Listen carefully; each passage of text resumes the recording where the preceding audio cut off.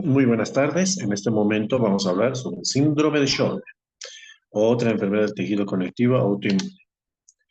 Bien, ¿qué es el síndrome de Sjögren? En realidad se trata de una enfermedad autoinmune sistémica crónica caracterizada por la afectación a nivel glandular, glándulas exócrinas particularmente. Pero pasado un tiempo, para un periodo de tiempo, puede afectar también de manera sistémica, como se había comentado, a otros órganos. De esta manera, proporciona manifestaciones extraglandulares. Quizá uno de los peores o uno de los más temidos es la presencia del linfoma. Bien, epidemiológicamente sabemos que la enfermedad afecta al sexo femenino en una relación de 10 a 1 entre los 40 y 60 años. Y la prevalencia más o menos oscila entre el 0,1 y el 1%. En la artritis reumatoide puede presentarse el síndrome de Sjögren asociado como un síndrome de Sjögren secundario, aproximadamente en el 7% de los pacientes, en esclerosis sistémica y lupus del 20 al 30%, y en enfermedad mixta del tejido conectivo puede ser superior al 40%. Con esto, cabe recalcar que el síndrome de Sjögren puede ser primario cuando se presenta de manera sola, unitaria, ¿verdad? Y cuando se presenta acompañado a otra enfermedad o posterior a la aparición de una enfermedad como la artritis, la esclerodermia, puede ser secundaria. La etiopatogenia aún se desconoce, sin embargo, se sabe que como en el resto de las enfermedades del tejido conectivo existe una predisposición genética con la presencia de estos marcadores, ¿no? El HLA-B8, el DR3 y el DRB52. Todo el proceso se inicia a nivel glandular, tejido glandular. Llámese glándulas sudoríparas, glándulas lacrimales, glándulas salivales, ¿no? Y esto probablemente sea desencadenado por un agente viral, ¿sí? Que de forma directa o indirecta, a través de reacciones cruzadas por las moléculas posterior a la defensa del organismo, se van liberando estos autoantígenos y después estos autoantígenos son reconocidos por los linfocitos T, ¿no? Estos linfocitos T van a producir una hiperestimulación de los linfocitos B con formación posterior de anticuerpos. Por tanto, en el lugar donde se produzca este proceso inflamatorio, nosotros vamos a tener infiltración de linfocitos T, CD4, CD8, ¿sí? Y también vamos a tener una abundante cantidad de citocinas. Bien, entonces, dicho de otra manera, nosotros tenemos el tejido glandular, la predisposición genética importante, la parte ambiental o ambiental en este caso, los agentes virales son los que infectan, ¿no? Pero después de esto, se produce el daño a nivel del tejido, ¿no? El daño, la presencia de apoptosis, proteólisis, y lastimosamente estas moléculas, ¿sí? Son mal reconocidas por nuestro organismo, ¿sí? El fenómeno de la autoinmunidad, los linfocitos T, los linfocitos B los reconocen y finalmente los van eliminando, pero este proceso no termina ahí, sino que se promete un círculo continuo, ya que todas las glándulas poseen estos marcadores, ¿no? Esta presumible con el HLA y han sido marcados también por nuestros autoantígenos. Bien, entonces, ¿qué es lo que nosotros vamos a tener en este síndrome de Sjögren? Inicialmente vamos a tener una infiltración linfocitaria focal, ¿no? Vamos a tener linfocitos que se van a acumular alrededor del tejido. Aquí están las glándulas exócrinas en este corte histológico, ahí están. Entonces, alrededor se van formando, van depositando linfocitos T y B. Luego, posteriormente, va a suceder una hiperplasia y una atrofia acinar. Eso quiere decir que vamos a tener una alteración, una sustitución, en este caso por fibroblastos. Obviamente, esta glándula ya deja de ser, pierde su funcionalidad y posteriormente no queda aquí, sino que va avanzando y se dirige a otras regiones, ¿no? Particularmente a nivel extraglandular. Sabemos que clínicamente el síndrome de Sjögren, lo más típico es los síntomas Zika. Se queda en la piel, serodermia, se queda en el ojo, seroftalmia, se queda en la boca, serostomía, ¿verdad? Entonces, los más comunes. Sin embargo, puede existir otros lugares que pueden tener sequedad, como las glándulas mucosas del sistema respiratorio, donde vamos a tener tos seca, la parte del sistema genitourinario, donde vamos a tener dispareunia, dolor durante las relaciones, mucho más manifiesto evidentemente en las damas, ¿sí?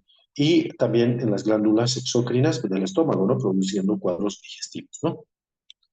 Bien, Entonces, de esta manera podemos decir que son manifestaciones glandulares, las que les he comentado, y las extraglandulares, que son a nivel sistémico. Entonces, ahí tenemos la seroftalmia, la serodermia, con la presencia de sequedad de piel, ¿verdad? Sequedad de boca, seroftalmia y otros tipos de sequedad. En la parte del ojo, particularmente, vamos a tener seroftalmia. Vamos a tener un cuadro que se llama queratoconjuntivitis sica, un proceso inflamatorio que evidentemente es debido al problema de la sequedad. Nosotros sabemos que por ende nuestras glándulas producen una gran cantidad de elementos, especialmente anticuerpos como el IgA. Lastimosamente, cuando existe ya este problema de la sequedad, ¿no? Y la disminución de la producción, entonces la IgA también disminuye. Por lo tanto, aparte de la inmunidad, la defensa de nuestro organismo por estas regiones también disminuye, produciendo cuadros inflamatorios e infecciosos. Entonces vamos a tener en este paciente sensación de arenilla en los ojos, va a haber irritación frecuente, va a haber fotofobia, enrojecimiento, fatiga ocular, ¿verdad? Y evidentemente intolerancia a los lentes de contacto. Ya con la tinción rojo de Bengala, o rosa de Bengala, perdón, rosa de Bengala, vamos a tener diferentes lugares de desepitelización. El dolor se presenta cuando la seroftalmia progresa y evidentemente puede llegar hasta un proceso o hasta formar úlceras en la córnea o en otras regiones y el dolor se intensifica y además hay alteración de la visión. La manera más fácil es evidentemente con la anamnesis, pero la manera objetiva es haciendo algunos exámenes a través del test de Schirmer, como vemos acá, la colocación de un papel filtro, donde vamos a esperar en 5 minutos que se tiña o que humedezca, humecte, esto más allá de los 5 milímetros, ¿verdad? 5 minutos, 5 milímetros. Otros prefieren 10 minutos, 10 milímetros, más allá, ¿no? Si evidentemente es menos de 5 milímetros, en este caso en 5 minutos, ya podemos hablar de un ojo seco, ¿no? Todavía no sobre ojo seco, ¿no? Sin embargo, también a través de la lámpara de hendidura, nuestros colegas de oftalmología realizan este examen y pueden facilitarnos a través de la visión de estas lesiones, ¿no? De desepitelización. Bien, esto en cuanto al examen físico de ojos. Y de boca, pues la boca seca, evidentemente, la lengua seca, por un lado, o puede ser que presente estas diferentes fisuras o agrietamientos, ¿no? Así no de la galleta. La saliva muchas veces se presenta espesa o pueden presentar disgeusia. Y evidentemente cuando hacemos el examen histopatológico lo que vemos actualmente es el infiltrado linfocitario, ¿no? Aprovechando esta gráfica. Posteriormente, debido nuevamente al hecho de que perdemos una parte de la inmunidad con la disminución de la IgA en nuestra cavidad oral y además de todas las sustancias enzimas proteolíticas que nos ayudan a protegernos de manera natural contra diferentes microorganismos, este efecto perdido facilita la aparición de estas enfermedades, ¿no?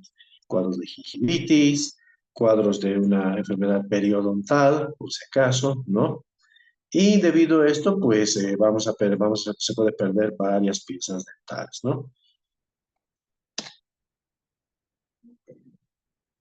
Entonces, existe gran tendencia a desarrollar candidiasis oral por las infecciones, ¿no? Pues, subsecuentes al proceso de sequedad, pero también otro elemento que podemos notar durante el examen físico es la parotidomegalia, el incremento de las parótidas. En esto hay que ser bastante minucioso cuando realizo el examen físico. A menudo, cuando hablamos de una parotiditis aguda o crónica, tenemos ciertos elementos del examen físico que nos pueden corroborar. Eventualmente una parotiditis aguda, generalmente por un proceso viral, como lo conocemos, puede producir una parótida aumentada de volumen, dolorosa, tubefacta, ¿no? De bordes regulares o con adenopatías a su alrededor, obviamente por el proceso infeccioso. Pero ya en una parotiditis crónica, si bien hay un aumento de volumen, pero la superficie muchas veces tiende a poner irregular con algunos nódulos, los pequeños nódulos. Pero la consistencia ya depende de ser blanda y evidentemente no hay dolor cuando las palpamos. Un cuadro bastante interesante dentro del diagnóstico diferencial es realizar con el diagnóstico con el cáncer, ¿no? Con el carcinoma o linfoma. Cuando ya tenemos este tipo de neoplasias, ya la consistencia de la glándula parótida tiende a cambiar y tiende a ser pétrea. dura. En la exploración física sabemos que mm, en la cavidad oral puede existir múltiples caries, procesos infecciosos como candidiasis, ausencia de piezas dentales, ¿no? Y la parotidomegalia que les había comentado. Cuando existen procesos infecciosos, debemos saber diagnosticar con placas descamativas, eritematosas en el uso de la lengua, o placas blanquecinas, ¿no? Que al retirarlas dejan este sangre una especie de erosión, ¿no? Lesiones erosivas, precipitalizadas, que algunas veces tienden a sangrar. O algunas veces las famosas poqueras, ¿no? Que se presentan en los ángulos o en las comisuras labiales. Como les dije anteriormente, puede existir cerosis en otro lado o la sequedad. La sequedad nasal que produce inflamación, congestión, costras, epistaxis. En la tráquea, tos seca crónica. En la alergia, con escoriaciones, pruritos, infección. Y en la final, produciendo pruritación y dispareo. Cuando avanzamos más y la enfermedad progresa, en la parte extragranularia podemos decir que el paciente puede tener desde algo tan simple como es el síndrome constitucional con astenia, por ello, musculéticas, hematológicas, cutáneas, digestivas, pulmonares, renales y neurológicas. Entonces, podemos decir que las manifestaciones asociadas al síndrome de Sjögren, por ejemplo, son la presencia de alteraciones musculoesqueléticas como artralgias, mialgias, no similares a la artritis reumatoide, artralgias inflamatorias o hasta artritis. En la parte cutánea, con vasculitis, púrpura, sequedad, en las pulmonares con la serotraquea, puede haber compromiso del parénquima pulmonar como enfermedad pulmonar intersticial difusa, indigestivas como la dismotidia esofágica, pancreatitis, hepatitis autoinmune asociadas, renales como acidosis tubular renal, nefritis intersticial, neurológicas como polineuropatías o neuropatías periféricas, neuropatía craneal, hematológicas como leucopenia, anemia y linfoma. Entonces, en las manifestaciones articulares, vuelvo a repetir, podemos tener artralgias inflamatorias, oligoartritis, poliartritis. Pero ¿cuál es la característica de estas artritis? Que no provocan erosiones, a diferencia de artritis reumatoide. Algunos pacientes pueden tener anti-CCP positivo y para esto hay que hacer una buena disquisición en la anamnesis, preguntando qué es lo que vino primero, ¿no? Si vino el dolor articular o vino la sequedad. Entonces, evidentemente, el paciente con síndrome de Sjögren primario, puede tener o debe tener primero la sequedad, las manifestaciones o los síntomas Zika, antes que la artritis. Al revés, el paciente con síndrome de Sjögren secundario, perdón, tendría primero el dolor articular y la inflamación y después el o los síntomas Zika, no más como una artritis reumatoide. ¿Puede afectarse la parte muscular? Claro que sí, un 4%, produciendo mialgias o algunas miositis. Las manifestaciones cutáneas se basan más que todo en la presencia de púrpura, ¿no? Aquí nosotros tenemos las púrpuras, lesiones purpúricas, predominan en extremidades inferiores, una púrpura palpable, dolorosa, ¿sí? Puede haber fenómenos Raynaud y algunas veces esta púrpura con lesiones ulcerativas, ¿no? Tipo vasculitis, hay que hacer una disquisición con las vasculitis crioglobulinémicas.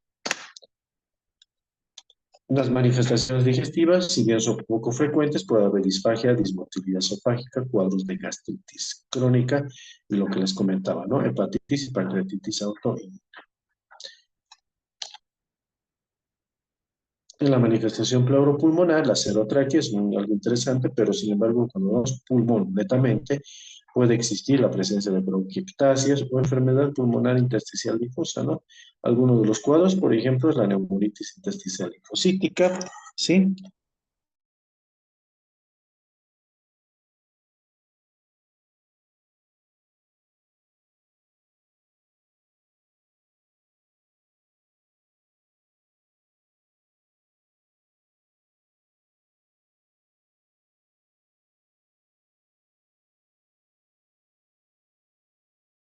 Y a menudo esto cuadro se acompaña con cuadros inicialmente con hiperpotasemia, alteraciones de la función renal y finalmente la enfermedad glomerular, ¿no? Las manifestaciones neurológicas y estas hay que prestarles mucha atención Pueden pasar asintomáticos o podemos presentar cuadros tan severos como las enfermedades diesmielinizantes, ¿no? Puede ser focal o difusa en el encéfalo o puede ser en la médula espinal, tipo esclerosis múltiple. Neuropatías periféricas y neuropatías craneales son algo también común, ¿no? Común que se puede observar en cuadros muy avanzados, ¿no? Y otros cuadros que pudiesen estar asociados con los trastornos endocrinos, como el hipotiroidismo clínico o subclínico, la sorprena neurosensorial, sí, tiroiditis autoinmune o de Hashimoto y cirrosis biliar primaria. Entonces, estos cuadros pudiesen asociarse en los pacientes con síndrome de Sjögren. Entonces, de tal manera que tenemos la afectación a nivel sistémico.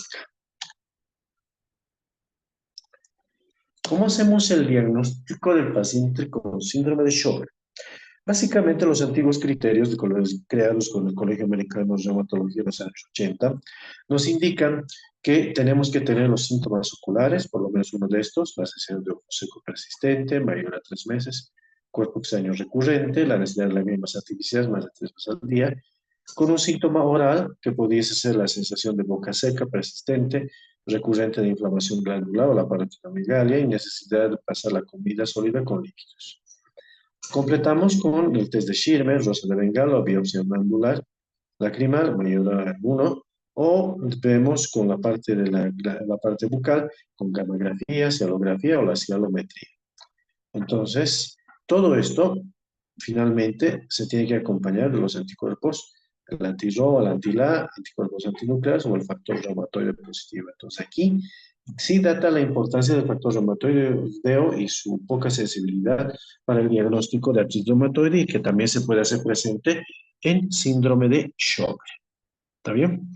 Bueno, entonces lo que necesitábamos al momento del diagnóstico era ver si teníamos ojo, síntomas Zika, ¿no? Boca y ojos. Entonces, si tenemos una prueba objetiva tanto del compromiso oral o glandular y los anticuerpos, ¿no? Eso pasaba principalmente para el primario. Para el secundario, lo más básico era tener los síntomas, boca y ojo seco, sí, y un test de Schirmer, nada más. Entonces, aquí tenemos la parte ocular con la presencia del Schirmer, la presencia rosa de bengala con áreas erosivas, tiene puntajes.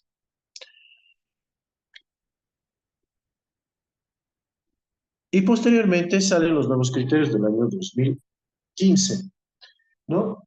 Por el Colegio Americano de Reumatología, quienes indican, y lo hacen un poquito más sencillo, que para entrar a este grupo, a esta clasificación, lo primero que tengo que tener es sequedad, ¿no? Síntomas Zika, ¿sí?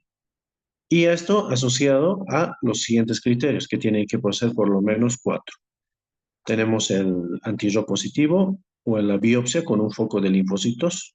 Generalmente es un conglomerado de 10 leucocitos, cualquiera de los dos, más la tinción ocular, rosa de bengala, la prueba de Schirmer o el flujo salival, 0,1 ml en un minuto. Entonces, si tengo uno de estos dos más cualquiera de estos síntomas o exámenes, ya clasifica para un paciente con esclerosis sistémica. O sea, la sospecha es muy alta y el diagnóstico se acerca tremendamente hacia el diagnóstico ya mencionado. Efectivamente, tengo que realizar algunos exámenes, como ya hemos dicho, con los primeros criterios, los anticuerpos anticulares, factor reumatoide, averiguar si puede tener crioglobulinemia en el caso de vasculitis, anemia, leucopenia y trombocitopenia, son exámenes, son hallazgos que podemos presentar en pacientes con Sjögren. La velocidad de eritrosedimentación elevada, como uno de los afectantes de fase aguda, y evidentemente el anti-RO o el anti-LA. El diagnóstico se debe realizar además con ayuda de otros exámenes que quizá nosotros lo vamos a obtener a través del antirro en el perfil ENA, ¿no? Con una positividad de acuerdo al laboratorio o a las medidas del laboratorio que se nos entregue.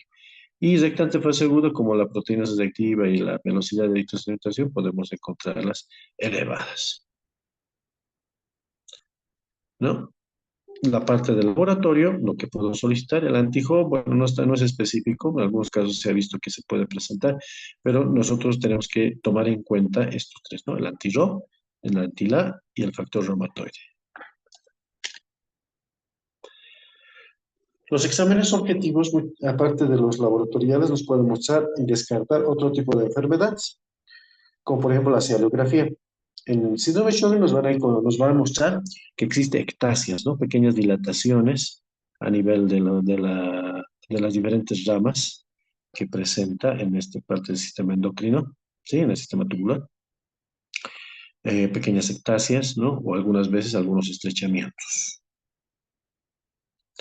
La diferencia que hay que hacer en la cialografía, en el código cuadro, es que exista la presencia de un lito o un cálculo que obstruyese la secreción o la excreción de este producto de la saliva.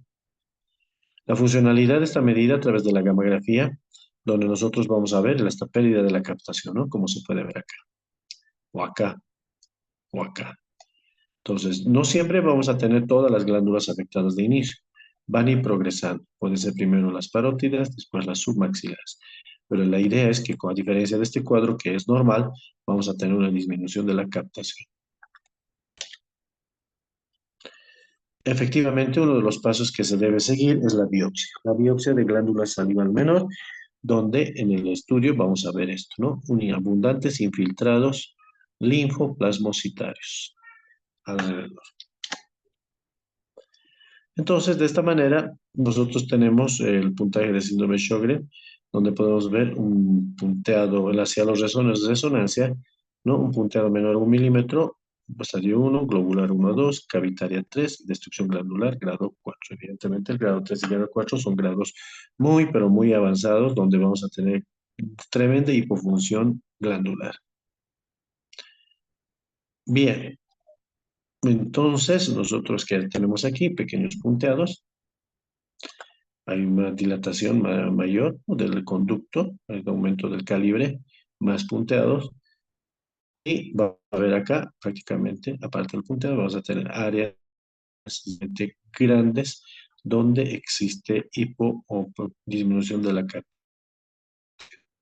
Evidentemente ya es totalmente alterado, nosotros vamos a tener, miren, la dilatación del conducto, ¿no? Versus la presa, ya faltan áreas, regiones.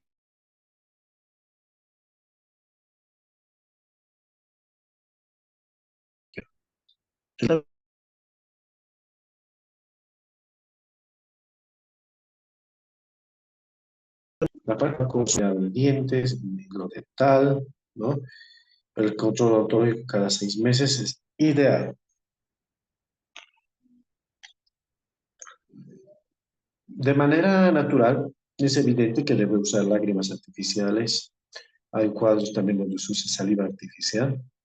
Si es la nariz, hay gotitas nasales. Y la piel hay que protegerla con protector solar, ¿verdad?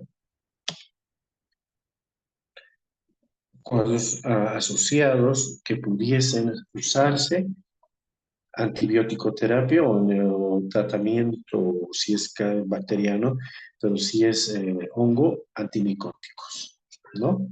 Porque como ya hemos visto, por el hecho de tener síntomas de sequedad, la predisposición de tener procesos infecciosos micóticos en boca es alta, ¿sí? Algunos medicamentos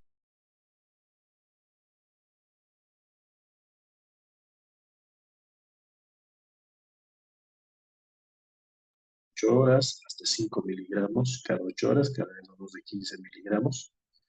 Y esto puede mejorar la serostomía y seroftalmia, pero hay que tener cuidado en los pacientes que tienen glaucoma o iritis. ¿Sí?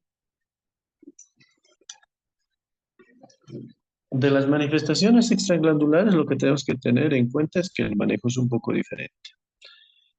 Si bien el compromiso glandular se basa principalmente en el manejo de los síntomas, sin embargo, el inmunosupresor que estaría indicado de manera básica sería el metotrexate, una dosis de 10 a 15 miligramos. Pero ya en las manifestaciones extraglandulares la cuestión varía.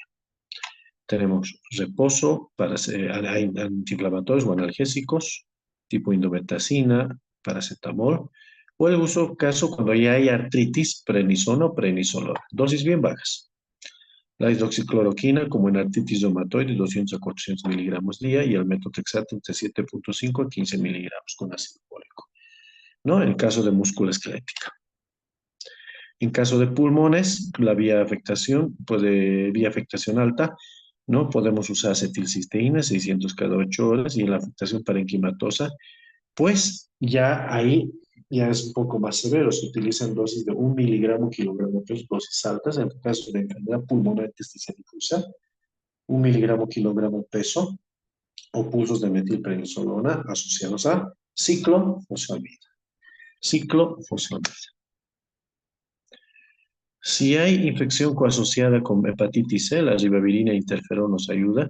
Si hay hipotiroidismo asociado, obviamente el suplemento con levotiroxina.